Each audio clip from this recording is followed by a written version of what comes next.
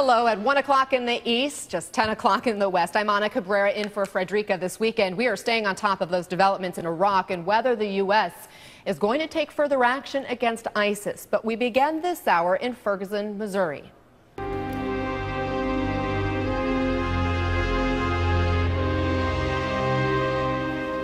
Several more rallies planned today. Supporters of Officer Darren Wilson, in fact, are rallying right now in St. Louis. We're expecting to hear a statement any minute on behalf of his family for the first time. It has been 2 weeks since Officer Wilson shot and killed unarmed 18-year-old Michael Brown in Ferguson, Missouri. The NAACP is expected to march today as well. Our Nick Valencia is live in St. Louis at that rally for Officer Wilson. Nick, fill us in on what's going on there. Hey, Anna, just a short time ago, we were expecting to hear a statement approved by the family of Officer Darren Wilson to be read at the top of the hour. That, for now, has been delayed. Jim, if you just want to pan over to the left shoulder here, you see that gaggle of reporters, Anna, and the crowd of cameras surrounding one person, one woman who showed up here just a few minutes ago to disrupt this peaceful rally. She says, when I asked her why she decided to show up, she said it's because our peaceful demonstrations as black people are disrupted. Were shot upon. She has been asked to leave by the demonstrators. Of course, this is open to the public, but it did cause a bit of a brief moment of a panic among the crowd here. It is only one person, though, Anna. I should emphasize that. So far, it has been altogether peaceful. People here that show up, you can hear them clapping now. They said they wanted to put this on because they wanted to show support and solidarity for Officer Darren Wilson. They don't like the way he has been portrayed in the media. They feel that only one side of that story has come out, and they also say they are very disappointed that this has turned into a black and white issue. They said that this should be more about an officer who was put in a very difficult situation and who feels they feel that he was in the right in this situation, and they say as the facts come out that they will be empowered more and more by the facts, and it will show that Darren Wilson was in the right, Anna. How can they say that he was in the right not having those facts? We haven't even heard his side of the story. Some people have talked to him, some people have spoken to him. As I mentioned here, we're expected to hear a statement from the lead organizer who has spoken at length with Darren Wilson. Just behind me here, she's just getting set up here, Anna. They feel that they know about the situation. They say they know more facts than have been released, and that they say that those facts lie in favor of Officer Darren Wilson. Of course, they say that the story has developed, and as we've seen sources, witnesses come out and say that Michael Brown charged at the officer, that Michael Brown attempted to take Officer Wilson's gun. They say that those facts, they call them, lean in favor of the officer, and they feel as the story comes out that it will be more in favor. They also, I should mention, have raised more than $234,000 for Officer Wilson, not just for his defense fund, Anna, but also for his livelihood. They worry that he will never be a police officer again, and that he may, whether or not the result is in his favor or not, have to leave St. Louis. Anna?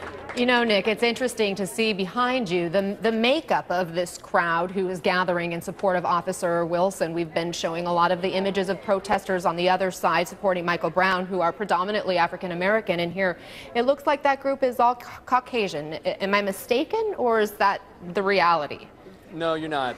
That's the reality. That's accurate. And I asked the lead organizer if we expected this crowd to be diverse. She said that she's been received support from diverse factions all throughout the United States, people that were going to fly in, people that were going to drive in. But if you look around me here, the majority of those here, I would say all of those that are here are white. But they say they feel that they don't think that this should be a white and black issue. In fact, the lead organizer said that this is about that this is more about Officer Wilson. She's about to make a statement. Let's pan over here to the lead organizer. She's the one in the hat, Anna, and the sunglasses. She is standing by to make a statement to the media. Let's listen in. Good to go. Can you hold this? Yeah. Just stand by the mics. Stand by the microphone. Stand here. There we go. Can we see your eyes?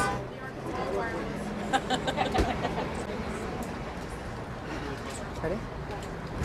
On behalf of the Support Darren Wilson campaign, we want to thank those in attendance, as well as vocal supporters around the world, for publicly displaying your support for Officer Darren Wilson. We are not speaking on behalf of Officer Darren Wilson or his appointed representatives. We are speaking solely on behalf of the online campaign titled Support Darren Wilson. Our mission is to formally declare that we share the united belief that Officer Wilson's actions on August 9th were warranted and justified, and he has our unwavering support. We believe that the evidence has and will continue to validate our position. We want to thank the media for finally highlighting the other side of this story. However, the media has shown a strong bias against the supporters of Darren Wilson.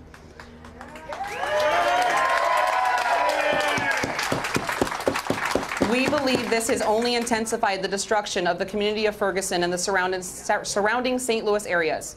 We are exclusively here to support Darren Wilson, and we have no desire to engage in the negativity and hate which has paralyzed Officer Wilson's ability to pursue justice. Many of us have received death threats against ourselves and our families. Contrary to media suggestions, we are not affiliated with any hate groups. However, we respect each individual's First Amendment rights in this country. We will not hide. We will no longer live in fear. We ask this question: can justice ever be attained if one side's supporters are living in fear of speaking out? If you support Darren Wilson, make your voices heard. Call or write Governor Jay Nixon and demand that this bias stops now.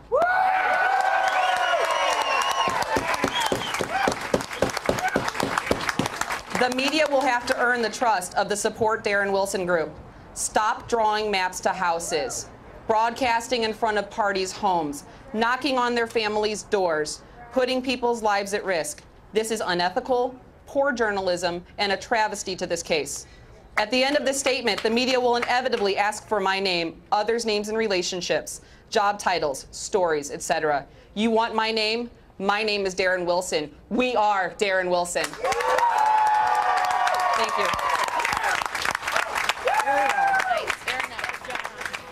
So we were just listening in at a rally in support of Officer Darren Wilson. This is in St. Louis, and we just heard from a representative of the Support Darren Wilson campaign. She declined to give her identity, saying, "We are Darren Wilson, I am Darren Wilson," spoke out saying that she and others in the crowd, again, we don't know their relationship exactly to Darren Wilson, whether they're family members, neighbors, friends, but she says that they, among others, have received death threats since this situation happened. She says, "We believe his actions were justified," speaking about Officer Wilson, and that there is evidence to prove it, but again, we have not heard Officer Wilson's account. I want to go back live there to Nick Valencia on the ground, who also just listened into that statement. Nick, there were lots of cheers from the crowd there at the end of that statement. There were lots of cheers, and the supporters really want to, emphasize the message that we are all Darren Wilson. That is the message here today, anyway, Anna, among the crowd who came out here to brave the heat. This is scorching temperatures out here, but they want to make sure that their side of the story is heard. It has been very difficult to get much out of the Wilson camp because he has been in hiding this time. They feel like this is their opportunity to show that they are in solidarity with him. Anna, that statement also very critical of the media. When I spoke to that organizer earlier, we will withhold her name. She was upset at the what she called one-sided coverage, and she said today will be pivotal for the media to try to earn the respect back from the Darren Wilson supporters.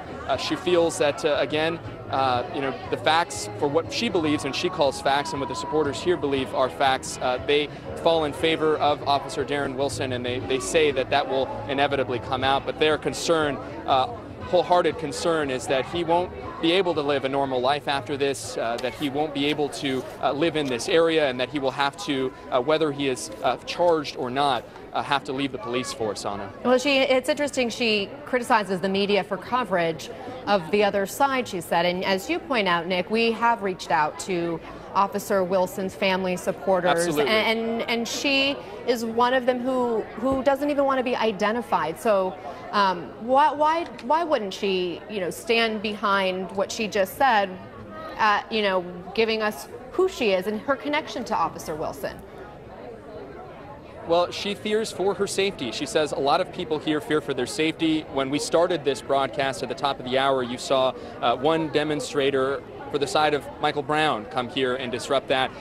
Before this rally started, the concern was that there could be some sort of threat of force against the crowd here. She told me that the majority of the supporters here, law enforcement officers, whether current, past, or present, or just supporters of law enforcement and police officers in general, she said the majority of those here are carrying, are armed, that they have guns here as well, and that they are fearing for their safety. That not only has she been targeted death threats, she says her children have also received death threats, and she says that this is beyond a delicate situation, that this is a very, this is a life and death situation. Well, it's good to see that is a very peaceful gathering at the moment. Thank you so much, Nick Valencia, reporting from St. Louis for us. Still to come.